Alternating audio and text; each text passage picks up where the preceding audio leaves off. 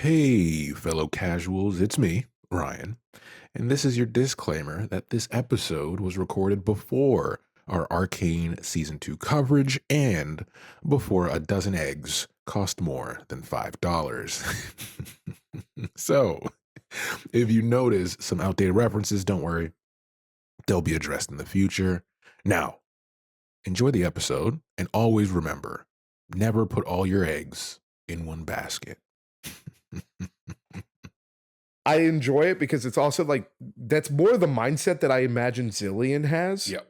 But like Zillion is a much more clowny version of it because, for Zillion, he would be Trapped like, oh in crap. space and time. Yeah. Well, Yeah. I mean, no, with Zillion, it'd be like, did I actually do that? Actually, I'll just go back and check. Like, and Hwei can't do that,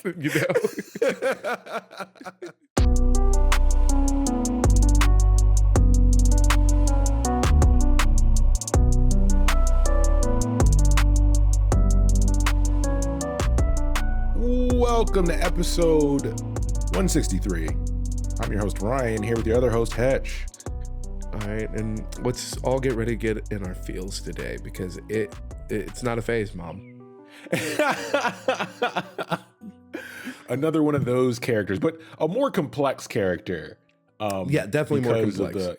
Because of the power set implications. Yeah. And, the story crossover here is a bit different, even though we're referencing Vex, our Vex episode that had the crossover with spoilers. Yeah. Viego. This one also has a crossover that's a little more on the nose than that one. Yes, absolutely. And like I'm looking forward as far as because going into this one because of the depth that we're talking about is that, Vex being a Yordle, it tends to have a bit more of a black and white view on it, right? But, like this story does, start in a living area and we can't get to that story until we do housekeeping. So, Yeah. Housekeeping up top. So you can listen to us everywhere. Visit us at podcastcore.com for all of our info. Email us at podcastcore@gmail.com. Remember, that's spelled podcast COR. And then follow us on all the platforms. That helps us with discoverability. And then leave a like and comment wherever you listen. But word of mouth has gotten us this far. So tell a friend to avoid staring into the abyss by listening to the Casuals of Runeterra podcast. oh man. Well, yeah, we got to be careful as far as making the staring into the abyss joke because we have talked about like the deep as well as the underworld. Recently. So up, kind of to start us off, first of all, it's pronounced Hwei. Get that out of the way. Which is more of the Mandarin-esque pronunciation that they've decided on. If you see the character, you kind of see the influence there. And then both this bio and the story that we'll do in a separate episode is written by Issa Marie de Leon. What a name. And I'm sure that we're going to butcher that name a lot. So, Yeah. Issa, we apologize. But also thank you for your contributions to this world that we love so much. Because, like we said, this is a fun one as far as like the depth and everything.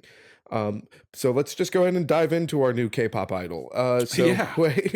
Darkly Dreaming Dexter. Did you get the reference? Ooh. Did you get the reference? I'm not going to acknowledge the reference. I will not indulge you.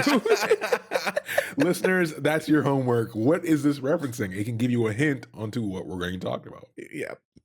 I hate you. But so our story for Hwei is going to start off on an island that is in the realm of Ionia. So one of the smaller Ionian islands of Koyin. And we're going to be taking place in the Temple of Koyin. I'm sure I'm butchering that, but once we say it, that's what it is now. So, and our story is going to be starting with a young Lu Kai Hwei, and Hwei at this point of his tale is next in line to inherit the temple or essentially become the head priest of this temple. Yep. And the temple of Koyin is one that is tied to the art. And this kind of reflects who Hwei is at this point, being so young. He is both kind and precocious. So he already has a bit of that air of I guess moral superiority Yep. would be the Yep. way to put it.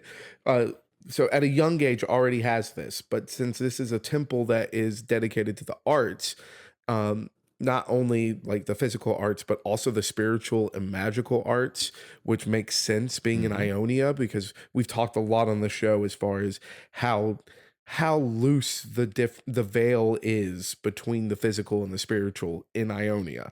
Yep. Um, and being being a part of this temple, not only are you dedicating yourself to the arts, but like your art is tied into this magical connection that they have with the spirits. So part of the training of the acolytes and the priests here is to control their emotions, control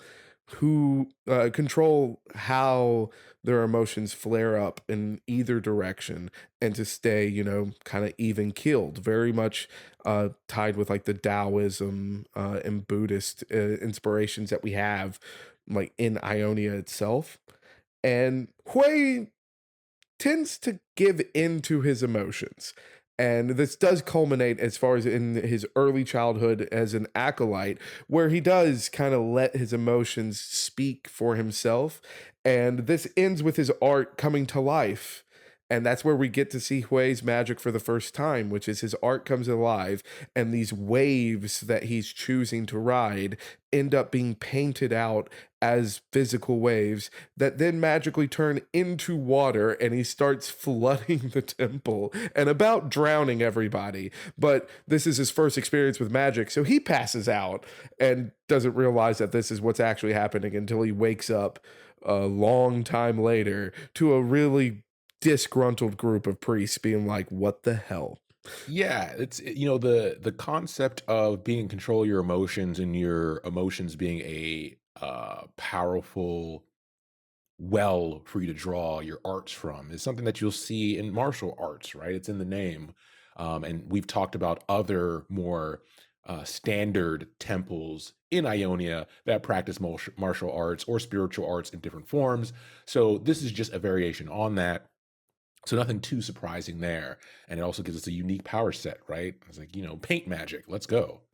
Yeah, like, the bringing the art to life is Yeah. a very interesting thing, but something that isn't like completely outside the realm of other stories too.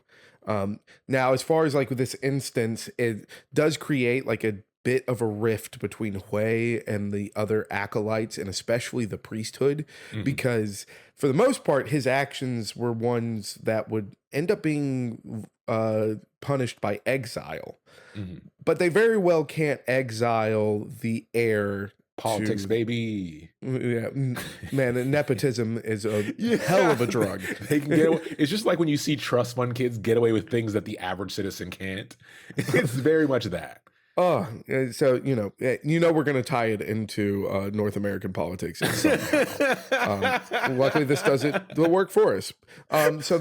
So Hui he's good. Like Yeah. he's going to get a slap on the wrist and not really get punished, but his actions are bad, right? Yeah. Like this is not a good thing, and at the very least, the acolytes do, or the priests do, a very good job of reminding him of his current station as well as his responsibility.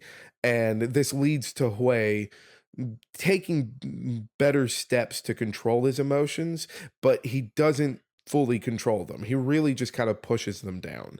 And that is going to lead us into part two, which is fast forwarding to Hwei becoming a young adult and really preparing himself to be the next priest. Because at this point, Hwei kind of treats everything as a day job and a night job. During the day, I'm going to be the best priest you'll ever see. At night, I'm an artist, baby. And Yeah.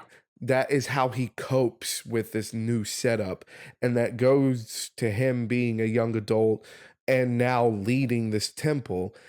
And he's mastered his craft. And as far as the temple's concerned, he is very good at what he does. He is a good priest and he is very much in control of himself. But unknown to them, he is practicing everything he's not supposed to when he's at not when it's nighttime, when he's alone. And that is who Hui is and what he's dealing with on the inside when he meets a friend that will change his life forever. And that friend is one Kata Jin. Yeah, so this is a cool approach here because if you've seen the art of Hwei, he has bags under his eyes. He has dark circles and bags under his eyes, and that leans more into the fact that he's living essentially this double life. And the problem with that is at no point during his, I guess, maturing phase, right, becoming an adult, is he facing the reality of what type of person he is because he knows what type of person he has to be for his position. And he's just leaning into that and saying, well, if I do that, then I get to do whatever I want afterwards, rather than, well, you doing whatever you want. What is that specific thing? What is the drive that makes you do that? And there's a dark tint to that drive that he's never addressing, a dark tint to that psyche that he's never addressing. And when you get to this point in your life where you should be dealing with that question and Jin shows up, it's the perfect time to make a really good story. Ooh, and you know Jin's going to get what he wants Yeah. out of any situation, right? Yeah, And and Jin is going um to be the most perceptive person in the room. and you know, so to have to deal with that, and as you pointed out, to have to deal with that on limited sleep because you're staying up all night. eh, oh yeah, we got a good story on our hands. So Jin now arrives onto Koyin, and it is here that Hui and Jin actually become very close friends.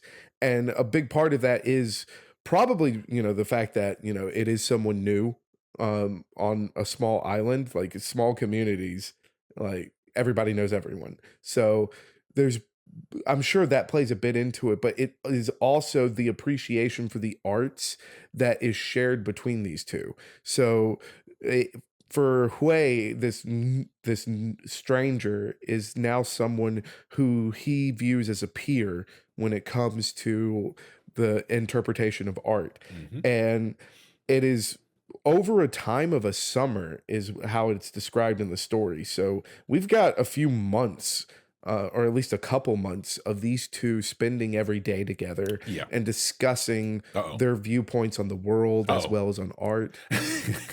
Yeah, like it's like they've spending a lot of time together, and it is towards the end of this summer that Jen finally hits Hui with, "I want to see your art."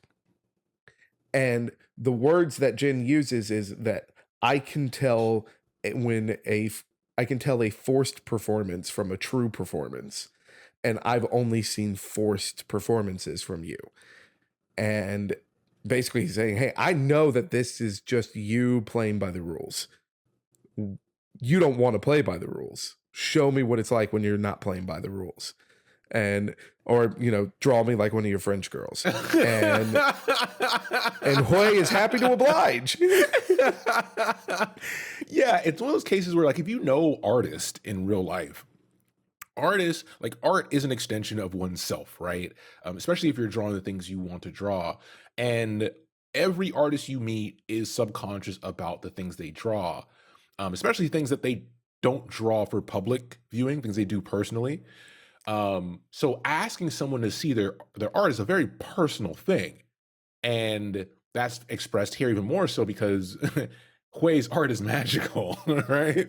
So he's essentially telling or asking him to show me the essence of who you are, like the real essence that the priests don't get to see, the world doesn't get to see.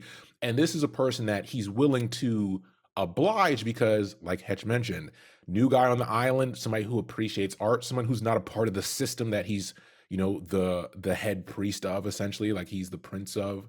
He doesn't have to worry about the expectations of what Jin may have of his art. He can essentially just show him the real stuff and not fear the backlash of however Jin responds. Yeah. And this also plays on like the human psyche as far as like, we are social creatures, right? Yeah. And for his entire life, essentially, Hui has been keeping half of himself from the entire outside world. So, for him, it's even written in here that it's like this was a moment of catharsis. Like this was something that Yeah. that he was just dying to get off of his chest. So, Hui gives Jin a real performance. This does draw them closer together. And despite the fact that it draws them closer together, it is on this night that Jin says, I have to go. Yeah. And and then when asked like, "Oh, why do you have to go so soon?" Jin replies with, "I must leave to watch the lotuses bloom." Oh. And that's going to take us to part 3 because for anyone who listening to this who has listened to any episode that we've discussed Jin about, Yeah. you know what he means when he says the lotuses are going to bloom. Yeah. Um and let me tell you, spoilers to the start of part 3. The lotuses bloom. The lotuses bloom right away. Uh, It's yeah, it's remember the key part here for me was that out of all the stories we've told about Ionia, a small island in the northwest hasn't been a place we've ventured to. So why the hell did Jin go there? And we know why, because if you listen to our Jin episodes, he is ostensibly a serial killer and he plays by a book. Like he has a set of rules that he follows, very similar to the Zodiac killer and, killers alike.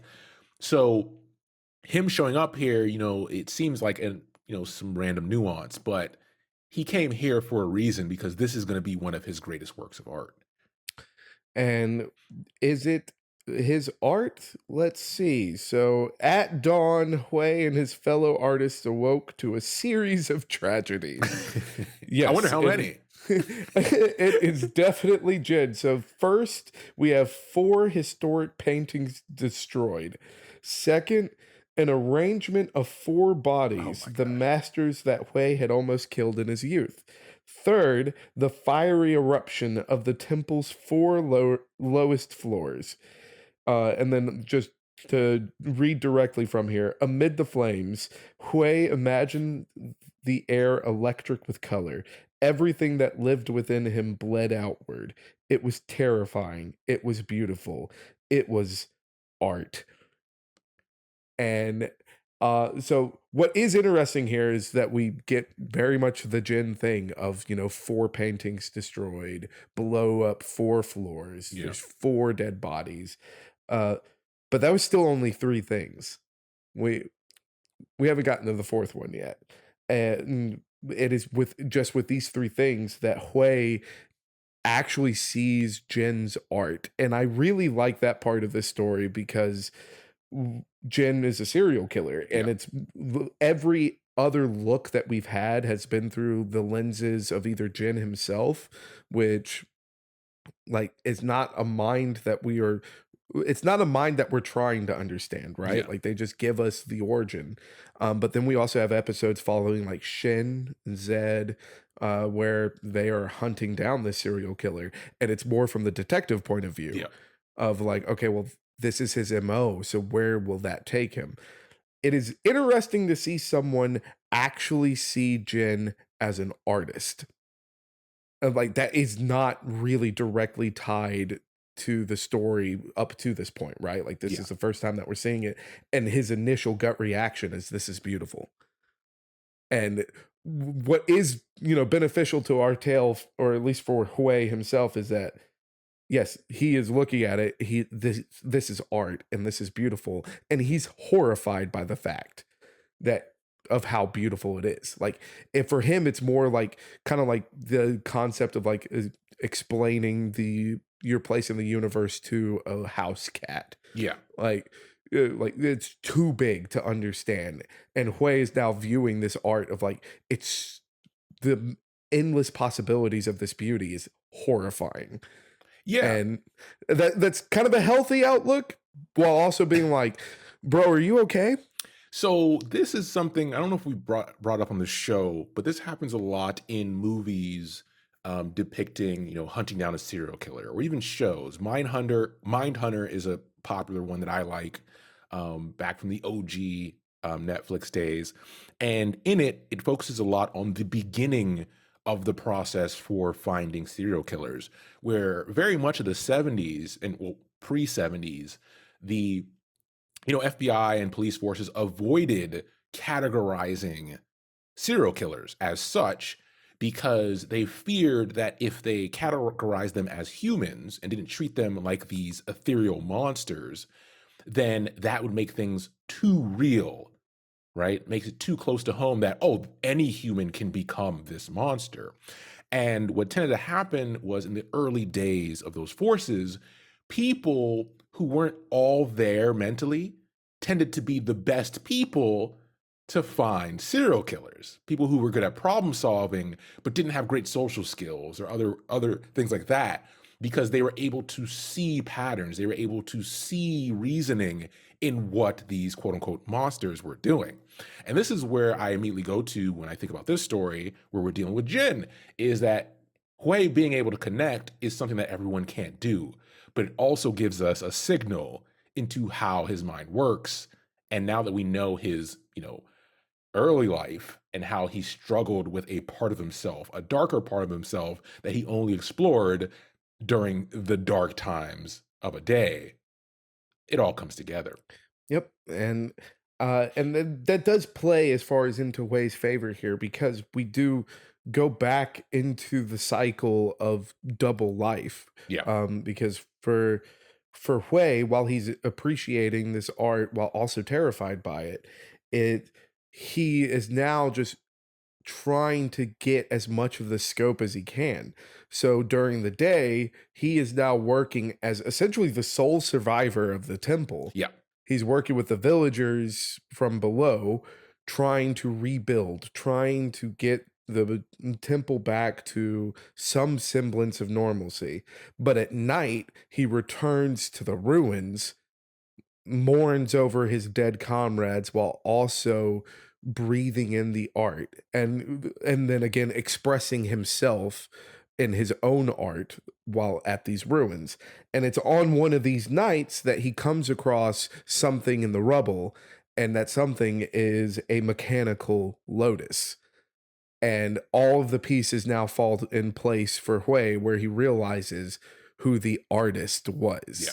And despite the feelings of betrayal and the confusion, the anger and the sorrow, the one thing that now is driving Hui is a question. And that question is why? And I love like the connection that you just made as far as like to, following serial killers and who does best at, tracking them down is just people who want to know why. Yeah. Like people who just want to put the pieces together. And now Hui is trying to put this new piece in form, this picture that he's now realizing is in front of him. And this leads Hui to leave. Um, of course, I blank on the island name immediately. This forces Hui to leave Koyan Yeah. with essentially nothing. He leaves with Isolated. his painting gear Mhm. and maybe some clothes. And that's all he's got. He leaves Koyan and he is now on the hunt for Jin. And this is now leading him down the rabbit hole that is the underworld crime syndicate world of Ionia. Yeah. And he is now diving into organized crime, looking for any pieces that could lead him to a trail that leads to Jin. And he is going down this path to answer the question that is driving him, which is why? Why did you do it, Jin? And that essentially kind of, leads us off on the Hui's bio because like the bio now wraps up with just kind of explaining Hui's like Hui's inner self here, Yep. which is very much a yin and yang because it is still he's still the priest of Koyan and he still comes from this peaceful beginning, and not only a peaceful beginning but someone who is supposed to have a reign on their emotions, but it is this inner turmoil of what Jin has done and his desire to understand why, combined with all the emotions that he's just suppressed instead of acknowledged. And now his day life and night life are now consumed by this question, while he's still kind of leading that little double tortured artist life. So that's where we leave off. And it's a very interesting place, while also being just the absolute best launching point for a story that could be so deep, because I've talked a lot of how excited I am to get more content with Jin, because man, where Jin goes, there is always a story. And this kind of just highlights why I'm so excited about it, because like this is crazy. He goes to an island. It's a great, and this isn't a spoiler. This is just a great setup for a possible tragic adventure, right? Because the the problem with why, and what tends to happen with the question of why when it comes with the connection to others, specifically here between Hui and Jin, is that sometimes you think you want to know why, and you wait and you do things to try everything you can to find that answer, and that answer tends to not be what you want it to be, and it doesn't make you feel better, right? It Yep. doesn't resolve the issue because technically you should be able to answer it for yourself if you're confident and understand yourself enough to find a why. You don't have to seek it out from others.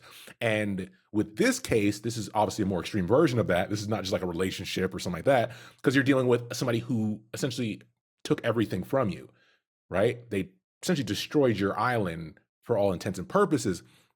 So Hui is embarking on a journey that's going to help him find himself, but ultimately in a very dark way that will most likely not result in rainbows and roses. A dark way. Couldn't help himself.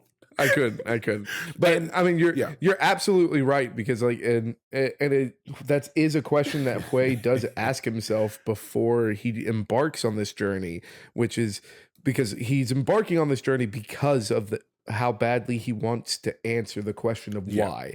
But he does ask himself, do I even want to know? yeah, And like, so Hui is even self-aware of that fact, but it's driving him. And we see just throughout all of his bio that it's like he's very much an emotionally driven yeah, person.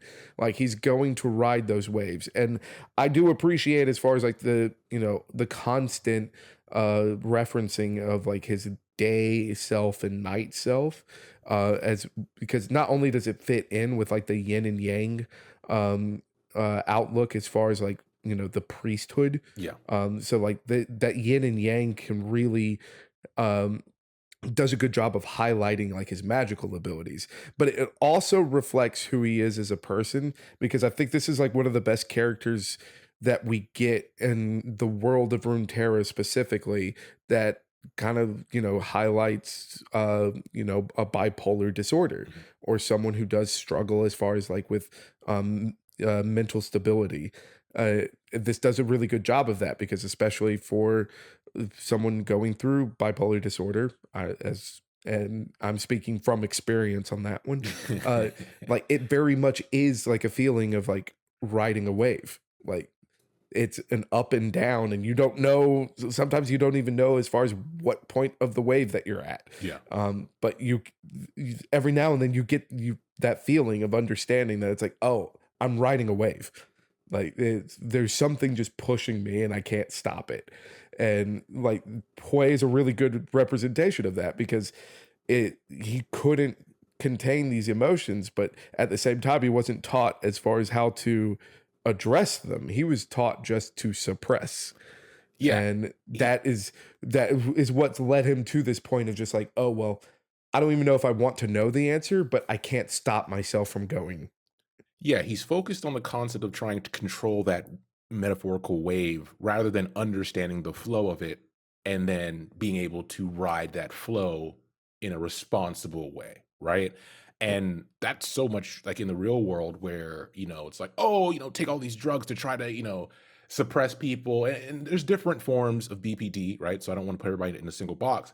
But Yep. what tends to be the place where people get the most comfortable with who they are and the cards they're dealt is when they have that understanding of where they are. Like you said, that realization of, okay, even if I'm having a moment, I know where I'm at and I know how Yep. to make it through this in a way that doesn't completely shatter the world, right? Yep. And in this sense, you throw in magic, right? We can't go an episode without mentioning magical pregnancies, right? It changes things. It changes Magic things changes so things. much. All right. Like the Annie story would not be nearly as cool as it is if it weren't for how crazy magic can change things. So, like it's a big deal, but I'm glad that you also pointed out as far as like not wanting to generalize BPD Yeah, because it's like even like with my journey on that, what my diagnosis wasn't even BPD, but now like my diagnosis falls under that umbrella, that yeah, spectrum, if you will. So it like everyone, we're all different. We're all unique in our own special way, yeah, and it's just understanding that and appreciating that is half the battle. And unfortunately for Hwei, he was never taught that. yes.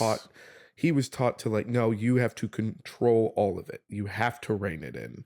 And And that's part of the brilliance of the setup of him being in a monarchy setup, right? Like a princely role, where the standard expectations of every person is not placed on you. You're catered to, you're pampered, you're babied. You do have an expectation of station. So all of these um, outside concepts affect the inside personal journey that he was supposed to go on, which he never went on.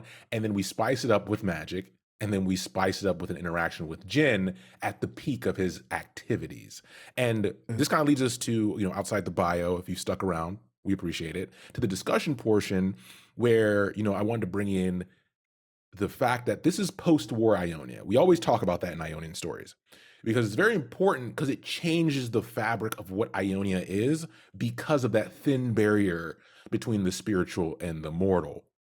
And a war in Ionia is much different from like a war in Shurima and the effects it has on the land, effects it has on magic. People from the Runeterra book club or the Runation book club episodes will understand that statement a bit more in depth about the impact of magic on the world.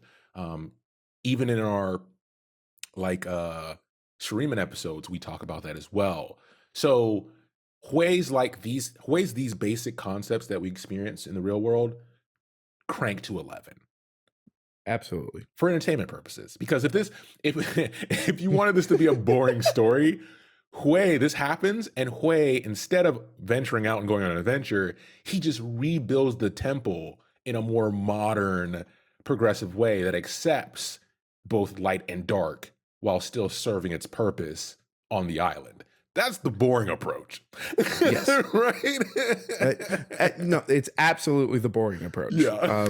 So we can't do boring. No, we can't. No. We can't do boring, but also like like you we make the joke of like not being able to do boring, but like it also is important to like have the progression that it did because again, it kind of highlights that those ups and downs, Yeah. right? Like it reinforces who Hui is like as a human being, which is one of the things that's really exciting about this bio because not only are we getting like the description of a League of Legends champion that literally creates like makes paintings come to Yeah. life and that's how he kills people in League of Legends. um like outside of that it's like no, like we are it's like the story is acknowledging that it's like Hui as a human, Yeah. right? Like as a person just trying to go through their life. And that's yeah, I love like those kinds of stories in a fantasy setting because it helps you connect to the world. Yeah. So it's really exciting to have a story like this because it's like I can connect on a human level to this character that is creating, like magical beings out of paint, like, Yeah. which is a ridiculous statement, but like good writing can do I mean, that. Naruto gave us one of those characters, right? And he was nowhere near as interesting. Nowhere near as interesting. So like it shows a difference between like a well written story. Yeah, yeah. Naruto fans don't come for me. All right, like I watched all of Naruto. We read and it I all, enjoyed man. We it. watched it all, and come Read on. it all, watched it all, but Let's be like honest with ourselves. let's be honest. Hwei is a much more in-depth character. Like, it's just facts. So the final part here to wrap us up is something that's unspoken, it's not written, and kind of gives us a bit of foreshadowing into the next episode for the story, which, go ahead and read the story before you listen to the episode when it comes out. But is the role that insomnia may play in all of this. Kind of hinted at it earlier when we started this off. It's not something that's mentioned outright, but it's depicted in the character's design. It's depicted in the way of how he lives his life, because there's only so many hours in the day. Runeterra may be magical, but for all intents and purposes, I think it's a 24-hour day. So Hui's not getting a lot of sleep while all this is happening, right? And we know, especially in media, the role that insomnia can play with characters that are obsessive. And Yes. it's never a good thing. It's usually entertaining. And again, I'm gonna repeat.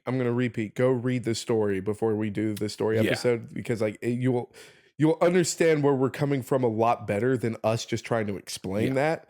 Because why am I blanking on everything? Talk amongst yourselves.